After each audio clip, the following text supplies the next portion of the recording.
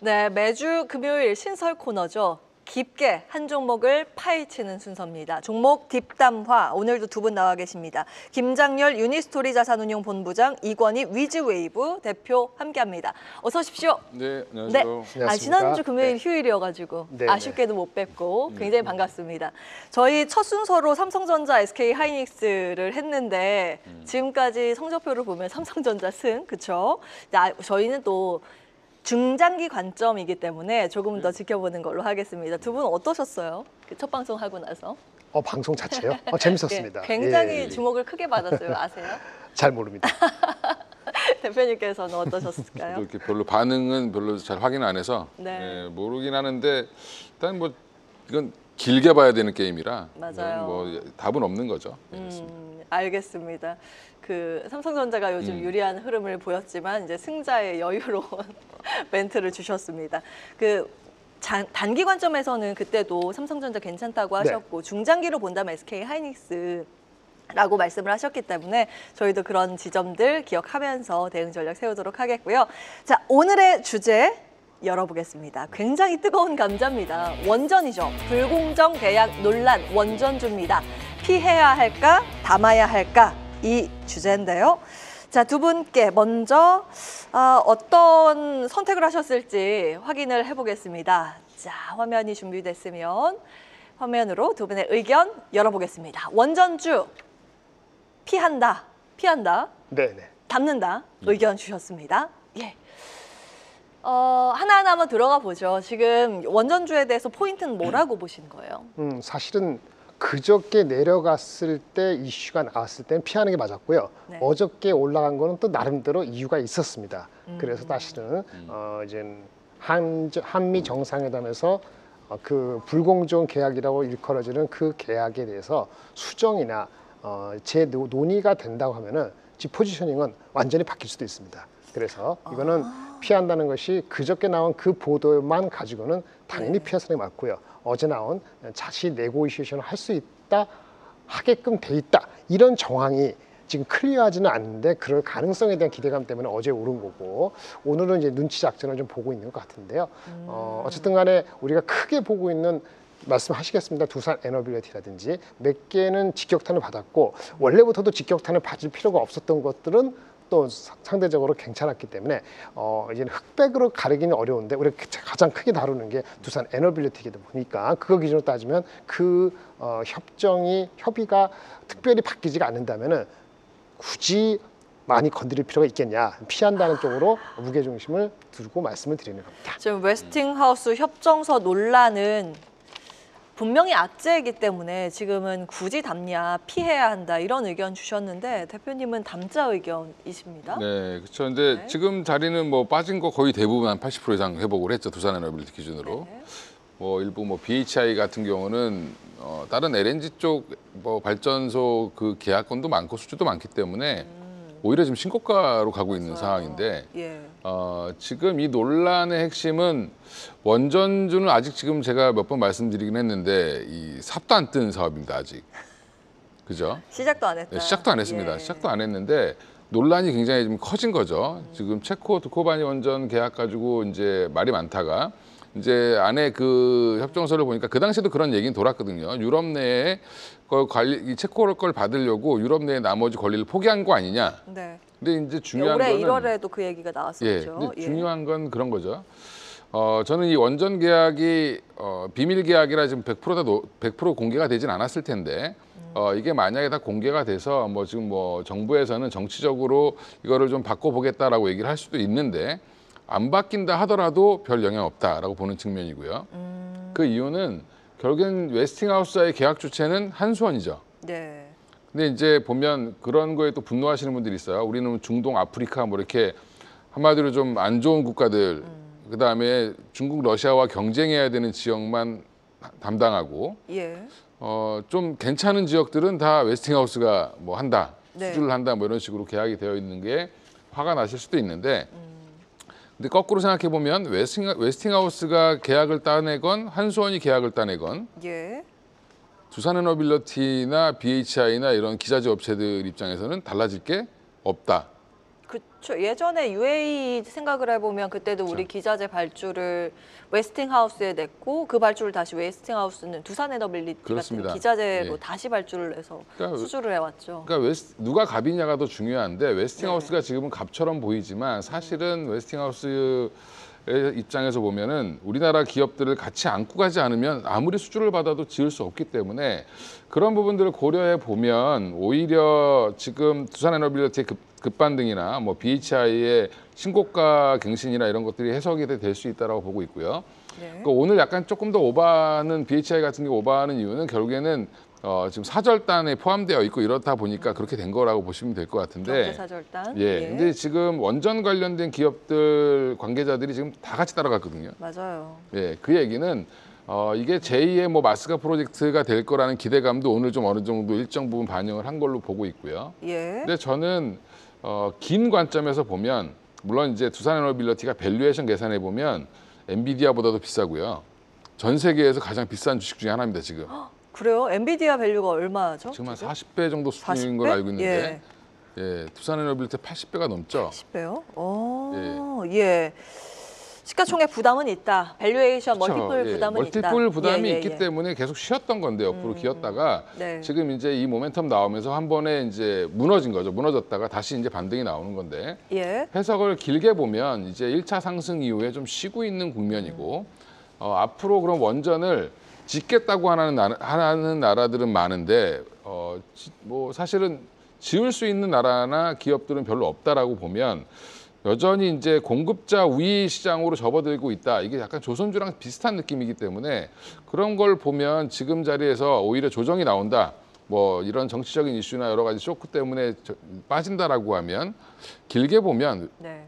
오히려 사야 되는 게 아닌가 이렇게 생각을 하고 있는 겁니다. 자, 담아야 하는 이유를 설명해 주셨습니다. 지금 쟁점이 이미 나왔습니다. 첫 번째 쟁점이 그건데 웨스팅하우스와의 계약 불공정 논란 여기에 대해서 일단은 두 가지 이거는 그냥 퍼주기다 아니면 추가 수주의 대가다 이 둘 중에 이제 여러 가지 이제 뜨거운 감자가 되고 있는데 이거는 좀 우리가 할 수밖에 없는 것이다라는 쪽이시고 그러면 본부장께서는 이건 어떻게 보세요? 이것도 웨스팅하우스? 할 수 없는 거 맞습니다. 트레이드 오프예요.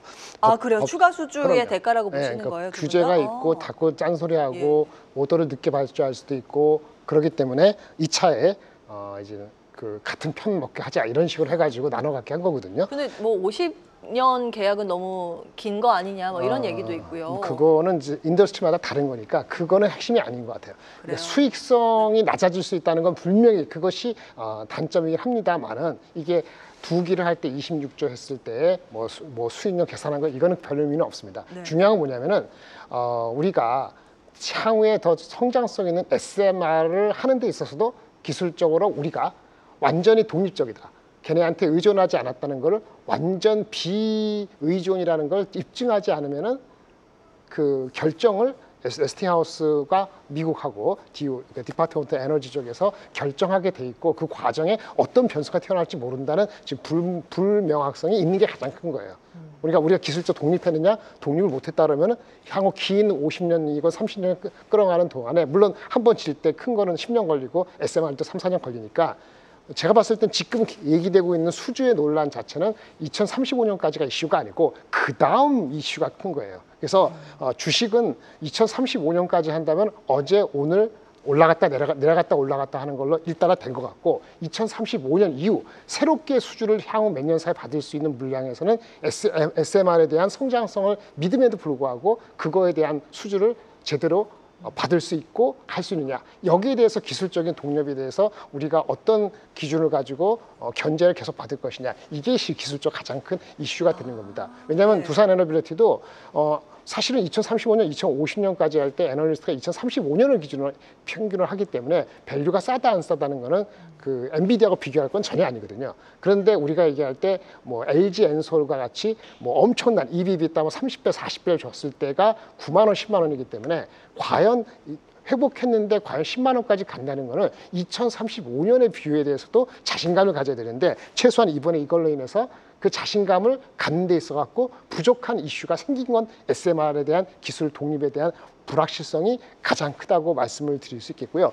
이번에 가서 만약에 어떤 이슈가 잘 되면은 이게 될 수 있어요. 아까 잘 말씀하셨는데 웨스팅하우스가 뭘 하더라도 웨스팅하우스가 사람이 없어요. 예를 들어서 그 원자력 기기 그 2개를 만들어도 한 뭐 보통 한 700~800명이 필요한데 일체치 하는데 얘네들이 갖고 있는 인원이 총 1000만밖에 없어요. 그러니까 동시에 2개, 3개를 지을 수가 없어요. 그래서 만약 1차에 집중하면 1차 개통이라는 게 얘네들이 이제 원자로 핵심적인 건데 그럼 2차 개통 쪽은 사실 손을 내밀 수밖에 없거든요. 그래서 어차피 한국한테 오게 돼 있다는 것이 정설이에요. 예, 그런 거는 대형 원전에서 문제 없는데 SMR 이것이 실질적인 이슈이기 때문에 주가는 아까 지금 대표님 말씀하신 대로 내려갔다 80% 올라왔잖아요. BH랑 많이 다른 분이고 이런 거는 정당한데 과연 우리가 애당초 생각했던 목표 주가 10만 원 아니면 2035년을 그림을 그리는 거에 차질이 없냐라고 봤을 때는 글쎄요 좀 차질이 없다고 얘기하기는 쉽지 않다 이렇게 말씀드리는 겁니다. 이제 그런 거죠. 이게 지금 현재 기준으로 보면 물론 불공정 계약이라는 부분에 대해서는 저도 인지하고 있고 거기에 가장 핵심 중에 하나가 SMR을 검증받아야 된다. 이 부분이 발목을 잡을 수 있다라고 보고 있습니다. 근데 그걸 이제 그렇다 하더라도 중요한 거는 뭐 발목을 잡는 부분은 뭐 앞으로 해소해야 될 국면이고 그 정치적으로 해소를 하든 뭐 산업적으로 하든 해야 되는 상황일 텐데 그러면 이제 독자 기술을 완벽하게 개발하든가 아니면 아예 종속돼서 거기에 맞춰서 끌려가든가 이렇게 가는 건데 지금 두산에너빌리티는 뉴스케일 파워랑 같이 지금 SMR 관련된 시범 모듈을 제작을 하고 있거든요, 현재도. 그래서 지금도 SMR 관련된 매출이 발생은 하고 있습니다. 근데 물론 이제 2035년 뭐 이런 기준들은 충분히 이제 그 다음이 중요한데 중요한 건 지금 원전을 지으려고 하는 국가가 굉장히 많다라는 부분이죠. 근데 문제는 공급할 업체는 별로 없고 수요는 많다. 그러면 지금 이제 우리가 체코 원전을 기준으로 너무 저가 수주를 했다 뭐부터 시작해서 저도 저가 수주했다라고 비난을 했습니다만 그럼 앞으로 가격은 체코 두코바니 원전이 기준이 될 거냐? 아니겠죠. 일감이 많아지면 많아질수록 가격은 비싸질 수밖에 없다라고 보면 예. 지금 한 기당 뭐 2천억 이상의 뭐 로열티를 주는 것도 지금은 되게 비싸 보이지만 원전 가격이 올라가면 그건 또 떨어질 수 있는 거죠. 예, 그래서 또 비율 자체는 떨어질 수 있는 거기 때문에 좀 긴 관점에서 보면 사실은 지금 자리에서 우리나라 두산에너빌리티를 비롯한 이제 조선 그 원전 관련된 주요 기자재 업체들 입장에서는 뭐 저는 나쁠 게 아직은 없다. 그리고 이게 특허가 왜 50년이냐 이러시는데 아까 이제 뭐 본부장님도 말씀해 주셨지만 그런 겁니다. 이게 산업이 좀 다른 게 물론 이제 불공정한 계약이죠. 50년 너무 길다.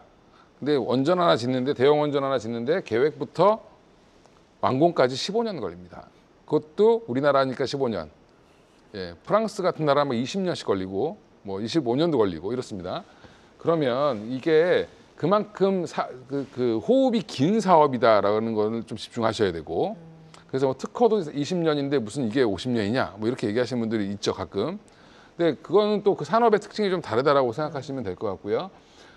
지금 제가 이제 이걸 두둔하는 게 아니라 그 계약은 잘못된 거지만 우리나라 기업의 실질적인 피해는 거의 없다라고 얘기를 말씀을 드리는 거고 예. 향후에 이제 아까 본부장님 말씀하신 것처럼 SMR 관련돼서는 어느 정도 여파가 있을 수는 있습니다. 근데 우리 기업들이 지금 다 지분 뭐 DL 같은 경우도 그렇고 두산에너빌리티도 그렇고 미국에 이제 3.5세대, 4세대 이제 그 SMR 개발하는 설계를 만드는 회사들과 다 협업을 하고 있고 지분 투자를 해놓고 있죠. 네. 그러니까 기업들도 나름대로의 돌파구를 다 만들어 놓고 있다라는 부분에서는 그닥 그렇게 크게 걱정 안 하셔도 되지 않을까 생각하고 있습니다. 좀 헷갈리기 시작합니다. 두 분의 의견 같은 것 같은데요.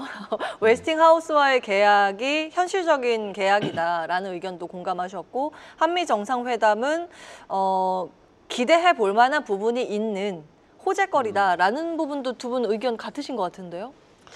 한미 정상회담이 어떻게 돼서 구체적으로 얘기할지는 모르는 거죠.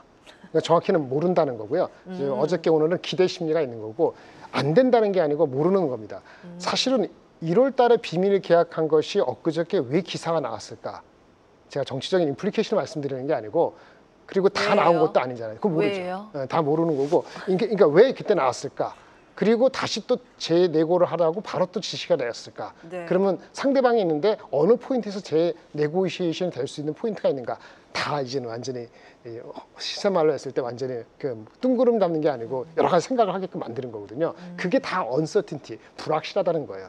근데 이제 그저께는 워낙 그 자체에 워낙 갑자기 없던 거라고 생각한 것이 튀어나오니까 과민 반응에서 많이 빠진 거고요. 예. 근데 어저께 그저께도 BH라든지 한국전력 관계 없는 것처럼 했잖아요. 그래서 BH는 관계 없어요. 사실은 걔네들은 아까 말씀하신 거로 다른 걸로 해가지고 그거 저기 히트 제너레이터 하는 거기 때문에 네. 우리 그 순수하게 그 뭐지 원전 관련되는 건 10%도 안 돼요. 그러니까 원래 다른 겁니다. 근데 그렇게 똑같은 걸 취급하는 게 이상한 거고. 그 다음에 이제 삼성물산이나 EPC도 만약에 하면은 우리가 받게 돼 있거든요. 네. EPC 받는데 받는 건 분명한데 마진이 박해질까봐 걱정했는데 사실은 멀리면 좀 관계없는 거죠. 제가 말씀드리는 거는 없던 뉴스가 갑자기 튀어나온 거에 임팩트가 워낙 컸긴데 그거를 완전히 복구할 정도로 그 한미 정상회담이 디테일하게 악마는 디테일이 있는데 될지 안 될지가 모르는 상태에서 여기서 접근을 하는 데 있어 갖고는 타이밍이 그다지. 그러니까 뭐 조선도 있고 뭐 네.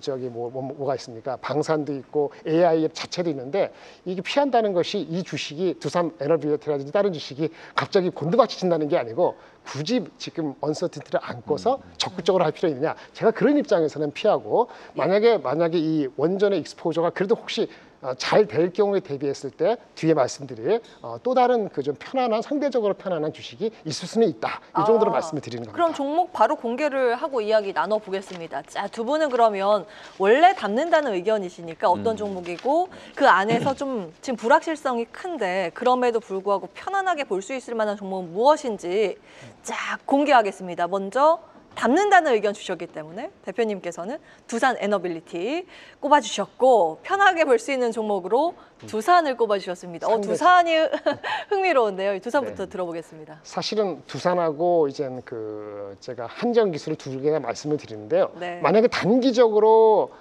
이 비즈니스에 대한 게 아무 문제가 없어요라고 만약에 다음 주 정도에 되면은 롱텀으로 보는 뷰가 생기거든요. 롱텀으로 보는 뷰가 생기면은 한정 기술이 안전합니다. 왜냐하면 이거야말로 진짜 50년 동안 가져갈 수 있을지도 모르는 거예요. 얘네들은 뭐 하는 회사죠? 예, 설계하고 감리하고 엔지니어링 용역 서비스 해주는 거예요. 그러니까 설계할 때 핵심 우리 머리에 해당되는 거 있잖아요. 개통, 1개통 거기에 핵심적인 게 들어가는 게 두 회사가 있는데 하드웨어는 두산 에너비티고 1개통, 2개통 한정 기술은 1개통의 저기 원심 노 그거 설계하는 게 한정 기술입니다. 그래서 핵심적인 거예요. 그래서 한정 기술 싸지 않습니다. PER이 올해 50배가 넘어요. 아까 엔비디아보다 비쌉니다. 근데 마진도 뭐 30% 아니에요. 근데 한정 기술은 잡으면은 한수원하고 한전이 가져오면은 그거 할 때 설계하고 용역하고 이게 얘네한테 고스란히 받거든요. 그 밸류가 높은 건데 이게 장기적으로 못 가면은 지금 주가 10만 원 초반에 맞고요. 만약에 장기적으로 갈 수 있으면 그냥 안전하게 15만 원까지 갈 수 있는 배수가 있는 게 한전 기술입니다. 이거는 제 처음에 말씀드린 피한다는 거에서 네네. 이게 바뀔 가능성이 있을 때 이게 그렇다는 얘기고요. 지금 입장에서 아까 언서틴티가 두산 에너빌리티 대비했을 때 두산이 상대적으로 편하다는 얘기는 안 그럴 수도 있지만 제가 봤을 때는 두산 에너빌리티는 50에서 60% 누가 계산한 70% 정도의 NAV로 들어옵니다. 그러니까 에너빌리티가 변동이 엄청 높을 때 그거를 다 향유하지 못하지만은 좋은 방향으로도 내려갈 때도 그 로스를 조금 덜 할 수 있는 거기 때문에 두산이 조금 편안하다는 게 그런 말씀이고요. 두산은 아실지 모르겠습니다만은 얘네들의 자체 비즈니스 두산 비즈니스 그룹이라는 데서 AI GPU 그다음에 에이직에 들어가는 거기에 들어가는 CCF에 구리 적층 판이라는 소재를 만들어 팝니다. 이게 뭐 엔비디아도 들어가고 아마존에도 들어가고 올 말 되면은 구글에도 콜이 날 수도 있고 이 비즈니스가 상당히 가치가 있거든요. 그러니까 두산이란 동박. 그렇죠. 예. 카퍼 클라드 레미네이트인데 네. 그거 자체가 상당히 의미가 있기 때문에 요것이 조금 잘 안 되더라도 나머지 거가 있다는 측면에서 안전적입니다. 단점은 제 의견이 틀려서 날아갈 때는 두산 에너빌리티가 10% 올라갈 때 도저히 그걸 따라가지 못할 가능성이 단기적으로 있는데 저는 이제 거기보다는 이렇게 한다 이렇게 말씀드리는 겁니다.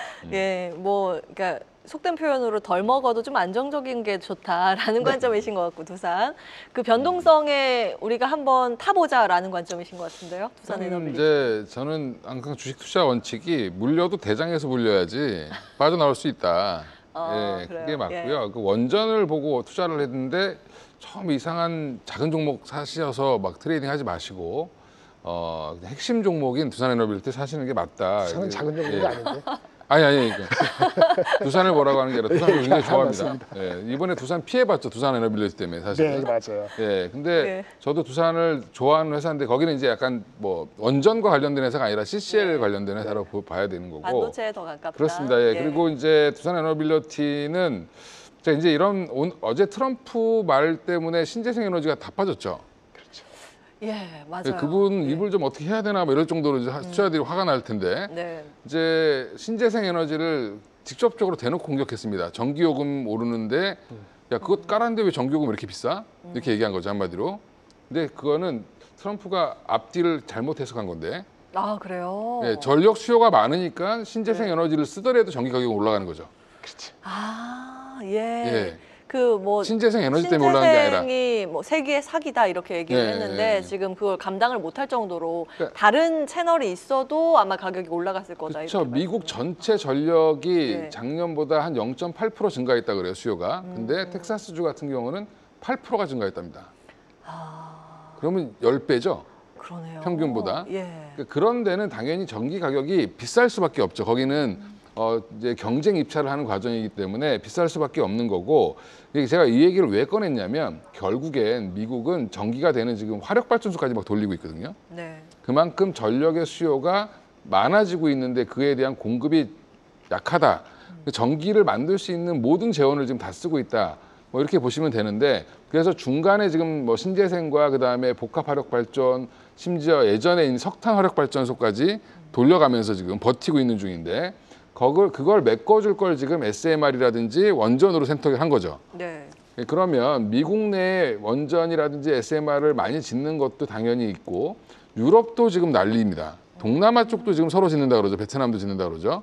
그러면 이런 수요가 급증할 때 결국에는 이 조선 관련 그 원전 관련된 기자재를 잘 만들어줄 수 있는 밸류체인의 핵심이 기업이 두산 에너빌리티면 네. 이 회사는 뭐 밸류를 계산할 게 아니라 지금은 모멘텀으로 어차피 30년 뒤에 엄청나게 좋아질 거를 미리 땡겨오는 거거든요. 지금 현재. 예. 예. 예, 그렇게 보면 지금 자리는 제가 뭐 생각할 때는 1차 상승 후에 항상 대박이 터질 때 보면 처음 1차 상승 급하게 나오고 나서 좀 쉬어가다가 다시 한번 급하게 가거든요.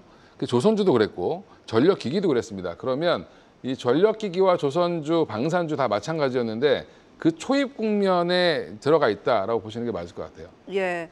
자, 이렇게 이제 원전 지금 시점에서 담는 게 합리적이냐 아니면 여전히 피해야 하는 것이 합리적이냐 두 분의 의견들을 좀 체크를 해봤습니다. 결국 답은 시간이 해결해주지 않을까 생각이 드는데 그에 따라서 뭐 살펴볼 만한 종목들 그에 대한 포인트까지 챙겨드렸으니까요. 여러분 투자 판단하시는데 도움되시길 바라겠습니다. 종목 딥담화 두 분과 함께했습니다. 김장렬 유니스토리 자산운용본부장, 이건희 위즈웨이브 대표였습니다. 말씀 고맙습니다. 네, 감사합니다. 네, 감사합니다.